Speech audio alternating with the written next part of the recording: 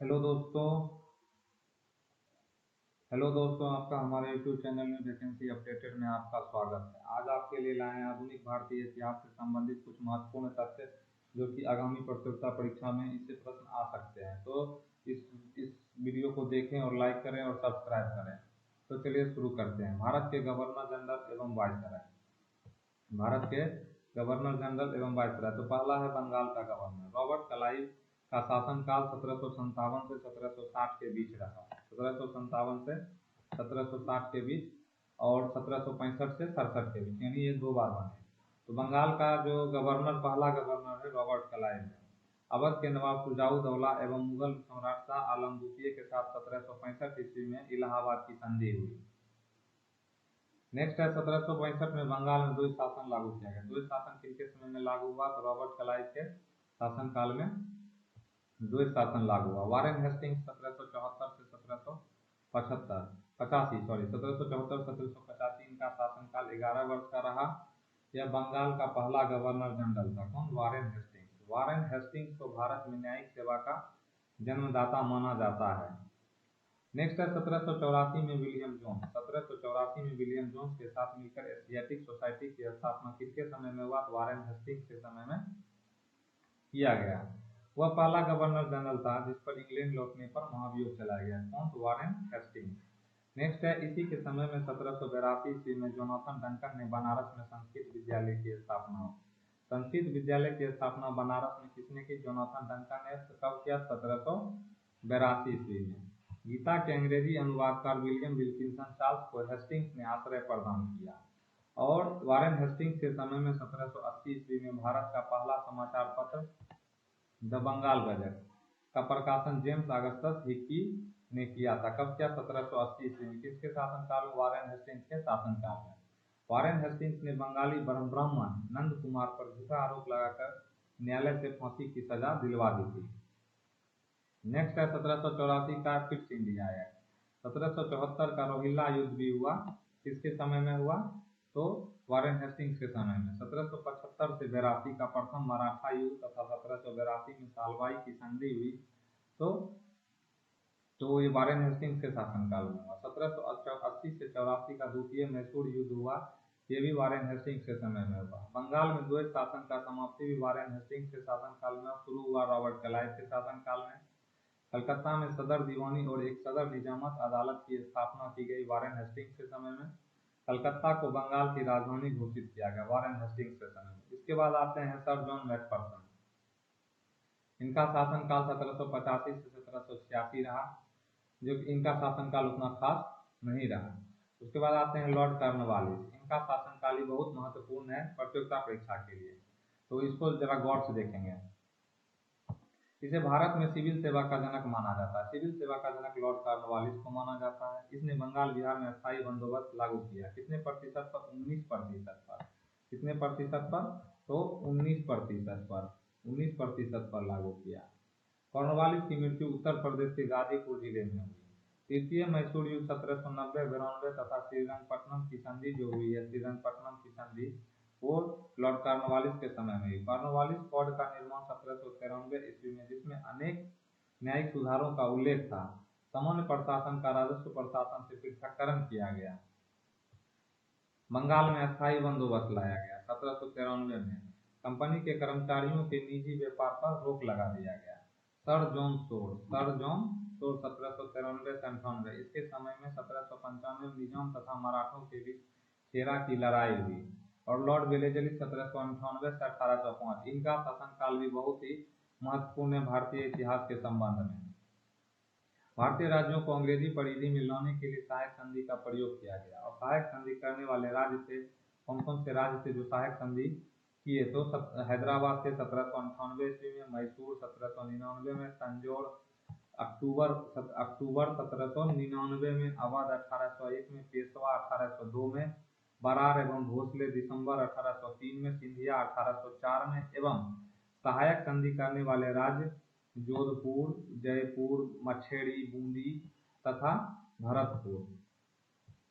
Next question है इंदौर के होलकरों ने सहायक संधि स्वीकार की थी? इंदौर के होलकरों ने सहायक संधि स्वीकार नहीं की थी। तो इंदौर के होलकरों ने साख संधि स्वीकार नहीं की थी। 1800 ईस्वी में कलकत्ता में फोर्ट विलियम कॉलेज की स्थापना की गई। फोर्ट विलियम कॉलेज की स्थापना कब हुई? 1800 ईस्वी में। किसके शासनकाल में हुआ? लॉर्ड वेलेजली के शासनकाल में। चतुर्थ मैसूर युद्ध जो हुआ 1799 ईस्वी में लॉर्ड वेलेजली के शासनकाल में। द्वितीय मराठा युद्ध हुआ 1803 से 5 के बीच में हुआ, ये भी लॉर्ड वेलेजली के शासनकाल में। बसीन की संधि 1802 में हुआ। उसके बाद आते हैं सर जॉर्ज बारलो 1805 से 1807। रियासतों में हस्तक्षेप की नीति का समर्थक सर जॉर्ज बारलो थे और वेल्लोर का सिपाही विद्रोह जो हुआ 1806 ईस्वी में, वो सर जॉर्ज बारलो के समय में हुआ। फिर आते हैं लॉर्ड मिंटो प्रथम। लॉर्ड मिंटो प्रथम के शासनकाल में 1809 ईस्वी में महाराजा रंजीत सिंह के साथ अमृतसर की संधि हुई और लॉर्ड मिंटो प्रथम के शासनकाल में ही चार्टर एक्ट हुआ 1813 का चार्टर एक्ट पारित हुआ। फिर आते हैं लॉर्ड हेस्टिंग्स। इनका शासनकाल बहुत ही महत्वपूर्ण रहा 1813 से 23, ये 10 वर्ष तक रहे। और अंग्रेज नेपाल युद्ध 1814 से 16, अंग नेपाल युद्ध जो 1814-16 के बीच हुआ तथा सुगौली की संधि के साथ समाप्त हुआ 1816 में। तो प्रश्न आते हैं सुगौली की संधि कब हुआ? तो 1816 ईस्वी में यहाँ पर है। तो इसके समय में पिंडारियों का दमन हुआ। लॉर्ड हेस्टिंग्स के समय में पिंडारियों का दमन किया गया। और तृतीय मराठा युद्ध 1817 से 19 तथा मराठा परिसंघ का कंपनी के साम्राज्य में विलय हुआ और बॉम्बे प्रेसिडेंसी की स्थापना जो है 1818 ईस्वी में हुई। सिंधिया के साथ संधि 1817 ईस्वी में हुआ। मद्रास के गवर्नर टॉमस मुनरो द्वारा रैयतवाड़ी बंदोबस्त, अस्थायी बंदोबस्त 19%, रैयतवाड़ी बंदोबस्त 51% पर हुआ। उसके बाद आते हैं लॉर्ड एमहर्स्ट 1823 से 1828। प्रथम आंग्ल बर्मा युद्ध 1824 का 26 जो है लॉर्ड एमहर्स्ट के शासनकाल के बीच में हुआ और 1826 ईस्वी में बर्मा एवं अंग्रेजों के बीच यामदूब की संधि हुई। भरतपुर का अधिग्रहण 1826 ईस्वी में हुआ। लॉर्ड विलियम बेंटिक 1828 से 1835। विलियम बेंटिक जो बेंटिक मतलब ये बहुत सारे चीज को बैन किए, इसीलिए ये से याद रखने का लॉर्ड विलियम बेंटिक। 1833 के चार्टर एक्ट द्वारा बंगाल का गवर्नर जनरल भारत का गवर्नर जनरल बना। इस प्रकार विलियम बेंटिक भारत का प्रथम गवर्नर जनरल बना। सती प्रथा का इन्होंने अंत कर दिया धारा 17 के तहत 1829 ईस्वी में और कर्नल सलीमन की सहायता से ठगी प्रथा का भी अंत 1830 ईस्वी में कर दिया। सन 1835 ईस्वी में बेंटिक ने कलकत्ता में मेडिकल कॉलेज की स्थापना की। कलकत्ता मेडिकल कॉलेज की स्थापना कलकत्ता में किए लॉर्ड विलियम बेंटिक। और लॉर्ड विलियम बेंटिक के समय में मैकाले की अनुशंसा पर अंग्रेजी को शिक्षा का माध्यम बनाया गया। अंग्रेजी शिक्षा का जनक जो लॉर्ड मैकाले को कहा जाता है और मैकाले द्वारा कानूनी का वर्गीकरण भी किया गया। और मैसूर में 1831, दुर्ग 1834 व मध्य कछार 1834 का कंपनी साम्राज्य में विलय कर लिया गया। रंजीत सिंह के साथ निरंतर मित्रता की संधि भी की गई। अब आते हैं चार्ल्स मैककॉफ। इनका शासनकाल भी महत्वपूर्ण है। ये प्रश्न आते हैं यहाँ से कि भारतीय प्रेस का मुक्तिदाता के रूप में किन्हें जाना जाता है? तो भारतीय प्रेस का मुक्तिदाता के रूप में जो है चार्ल्स मैककॉफ को जाना जाता है। फिर आते हैं लॉर्ड ऑकलैंड। लॉर्ड ऑकलैंड के समय में प्रथम आंग्ल अफगान युद्ध जो है 1838 से 42 एवं ग्वालियर के साथ युद्ध 1843 हुआ। और रंजीत सिंह की मृत्यु जो है कब हुआ था? 1839 के समय में। उस समय जो थे गवर्नर जनरल लॉर्ड ऑकलैंड थे। लॉर्ड एलनबरो का शासनकाल की बात करते हैं तो 1843 में दास प्रथा का अंत जो है लॉर्ड एलनबरो के शासनकाल में हुआ। इसका कार्यकाल कुशल अकर्मण्यता की नीति का काल कहा जाता है। सिंध का विलय जो 1843 ईस्वी में लॉर्ड एलनबरो के शासनकाल में हुआ। ग्वालियर के साथ युद्ध 1843 में और रविवार की छुट्टी की शुरुआत 1843 ईस्वी से शुरू हुआ। लॉर्ड हार्डिंग प्रथम जो है 1844 से 1848 का शासनकाल। प्रथम आंग्ल अफगान युद्ध 1845 से 46 तथा लाहौर की संधि 1846 में हुआ। लाहौर की संधि। उड़ीसा में खोंडों के बीच प्रचलित नरबली प्रथा को समाप्त भी लॉर्ड हार्डिंग प्रथम के द्वारा किया गया। अब आते हैं लॉर्ड डलहौजी। इनका समय शासनकाल भी बहुत ही महत्वपूर्ण है भारतीय इतिहास के संबंध में। तो इसके बारे में देखते हैं। व्यपगत के सिद्धांत यानी डॉक्ट्रिन ऑफ लैप्स की शुरुआत जो है ये लॉर्ड डलहौजी के समय में हुआ और सबसे पहले सतारा को इन्होंने हड़प की नीति से हड़प लिया। 1848 में। उसके बाद जैतपुर संभलपुर 1849, उदयपुर 1852, झांसी 1853, नागपुर 1854 तथा कुशासन के आरोप में अवध 1856 को कंपनी में मिला लिया गया। और उसके बाद रेलवे माइन्यूट 1853 जो बम्बई से थाने तक का परिचालन किया गया। तो रेलवे का परिचालन लॉर्ड डलहौजी के समय में हुआ 1853 में। फिर आते हैं 1854 में डाक टिकट का प्रचलन भी किनके समय में हुआ? लॉर्ड डलहौजी के समय में हुआ। और लोक शिक्षा विभाग की स्थापना लॉर्ड डलहौजी के समय में 1854 में किया गया। फिर आते हैं द्वितीय अंग्रेज सिख युद्ध। द्वितीय अंग्रेज सिख युद्ध 1848 से 49 तथा पंजाब का कंपनी साम्राज्य में विलय करा लिया गया। और निचले बर्मा या पेरू का अधिग्रहण 1852 में हुआ। वुड का शिक्षा संबंधी डिस्पैच 1854 में हुआ तथा स्थानीय भाषा के स्कूलों तथा सरकारी कॉलेजों की स्थापना की गई। 1856 में इसने तोपखाने, कौन? लॉर्ड डलहौजी। लॉर्ड डलहौजी जो है 1856 में तोपखाने के मुख्यालय को कलकत्ता से मेरठ में स्थानांतरित किया और सेना का मुख्यालय शिमला में स्थापित किया। इसने शिमला को ग्रीष्मकालीन राजधानी बनाया, लॉर्ड डलहौजी ने। अब आते हैं वायसराय। वायसराय क्यों? 1858 के अधिनियम के द्वारा भारत के गवर्नर जनरल को वायसराय कर दिया गया। तो पहला वायसराय लॉर्ड कैनिंग 1856 से 62 इनका शासनकाल रहा।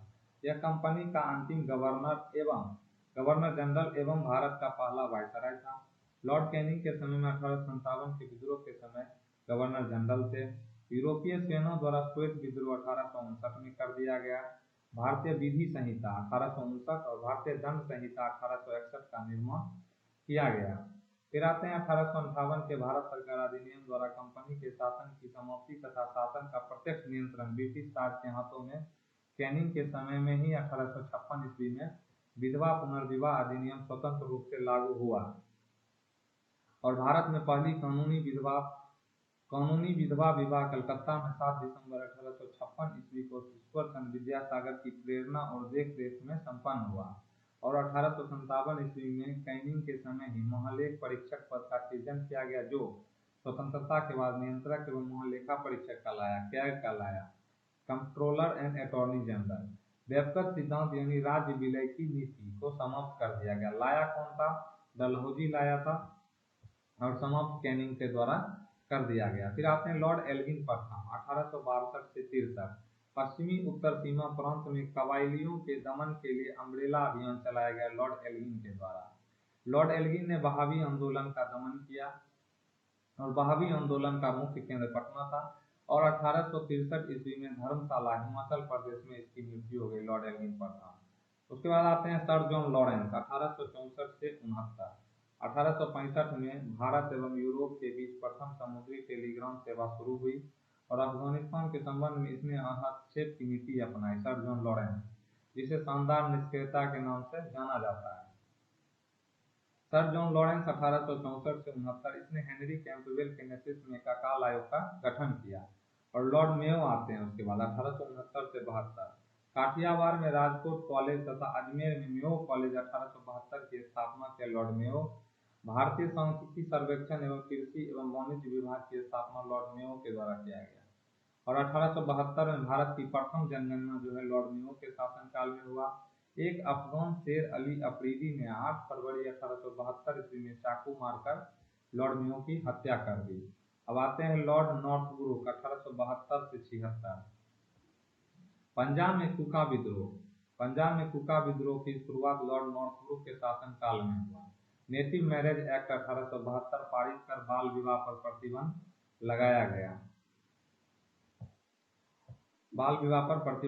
गया। इनके शासनकाल लॉर्ड नॉर्थब्रुक के शासनकाल में। इसी के समय में स्वेज नहर खुल जाने से भारत एवं ब्रिटेन के बीच व्यापार में वृद्धि हुई। किसके समय? लॉर्ड नॉर्थब्रुक के समय में।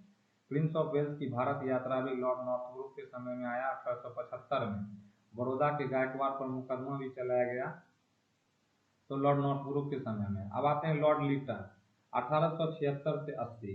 लॉर्ड लिटन के समय में रिचर्ड स्ट्रेटजी की अध्यक्षता में प्रथम अकाल आयोग की नियुक्ति हुई। और लॉर्ड लिटन के समय में महारानी विक्टोरिया को कैसर-ए-हिंद की उपाधि प्रदान के लिए पहली बार दिल्ली दरबार का आयोजन लॉर्ड लिटन के समय में किया गया। और वर्नाक्यूलर प्रेस एक्ट 1878 के साथ भारतीय भाषा के समाचार पत्रों पर प्रतिबंध भी लगाया गया लॉर्ड लिटन के समय में। तो दोस्तों लॉर्ड लीटन और रिपन के बीच में कंफ्यूज होता है, तो इसे गौर से देखिएगा। आर्म्स एक्ट 1878 पारित हुआ लॉर्ड लीटन के समय में। सिविल सेवा परीक्षा की उम्र को घटाकर 21 वर्ष से 19 वर्ष कर किया गया लॉर्ड लीटन के समय में। द्वितीय अफगान युद्ध 1878 से 38 लॉर्ड लीटन के समय में। इसके समय में बम्बई, मद्रास, हैदराबाद, पंजाब, मध्य प्रांत आदि में भयानक अकाल पड़ा लॉर्ड लीटन के समय में। इसी के समय में सन 1878 ईस्वी में भारतीय शस्त्र अधिनियम पारित हुआ, जिसके तहत शस्त्र रखने एवं व्यापार करने के लिए लाइसेंस को अनिवार्य कर दिया गया लॉर्ड लीटन के समय में। अब आते हैं लॉर्ड रिपन महाराज, जिनका शासनकाल 1880 से 84 रहा। इन्हें फ्लोरेंस नाइटिंगेल ने भारत का उद्धारक घोषित कर दिया, कहा है लॉर्ड रिपन को, और इन्हें स्थानीय स्वशासन का जनक भी कहा गया लॉर्ड रिपन को। प्रथम वास्तविक जनगणना 1881 ईस्वी में हुई। हिल्बर्ट बिल विवाद 1883 से 84 के कारण इनके कार्यकाल समाप्त होने से पूर्व त्यागपत्र देना पड़ा लॉर्ड रिपन को, और अफगानिस्तान से संधि 1881 ईस्वी में हुई। श्रमिकों की दशा में सुधार के लिए प्रथम कारखाना अधिनियम लाया गया लॉर्ड रिपन के समय में। वित्तीय विकेंद्रीकरण की नीति का नियमितीकरण किया गया लॉर्ड रिपन के समय। सर विलियम हंटर की अध्यक्षता में हंटर आयोग यानी शिक्षा आयोग की नियुक्ति 1882 ईस्वी में हुई। लॉर्ड रिपन के समय में ही इसने सिविल सेवा में प्रवेश की अधिकतम आयु सीमा को 19 वर्ष से बढ़ाकर 21 वर्ष कर दिया गया। अब आते हैं लॉर्ड डफरिन। इनका शासनकाल 1884 से 88 रहा। इनके शासनकाल में भारतीय राष्ट्रीय कांग्रेस की स्थापना 1885 में AAO के द्वारा किया गया था। तृतीय आंग्ल बर्मा युद्ध जो 1885 से 86 के बीच में लॉर्ड डफरिन के शासनकाल में ही हुआ। फिर आते हैं लॉर्ड लेंसडाउन 1888 से 94।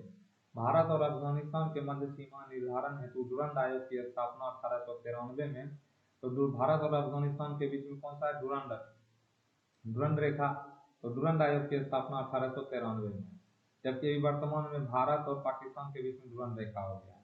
तो कारखाना अधिनियम जो लाया गया, दूसरा कारखाना अधिनियम 1891 में लॉर्ड लेंसडाउन के शासनकाल में लाया गया। फिर आता है सिविल सेवाओं का इंपीरियल, प्रांतीय एवं अधीनस्थ सेवाओं में वर्गीकरण किया गया।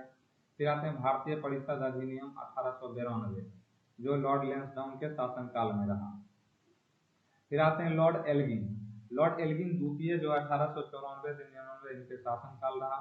अकाल आयोग की जांच के लिए लायल आयोग का गठन किया गया। पूना में प्लेग का प्रकोप, चापेकर बंधुओं द्वारा 2 ब्रिटिश अधिकारियों की हत्या की गई। तो दोस्तों ये वीडियो आज का हम यही समाप्त करते हैं। नेक्स्ट दूसरे पार्ट में आगे के गवर्नर जनरल वायसराय के बारे में हम देखेंगे। तो प्लीज़ दोस्तों इस वीडियो को लाइक करें, सब्सक्राइब करें और मोटिवेट करें, और ज़्यादा से ज़्यादा लोगों के साथ इसको शेयर करें, ताकि ज़्यादा से ज़्यादा इन्फॉर्मेशन जाए, पढ़ने में, रिवीजन करने में आसानी हो। तो दोस्तों प्लीज़ लाइक करें, सब्सक्राइब करें।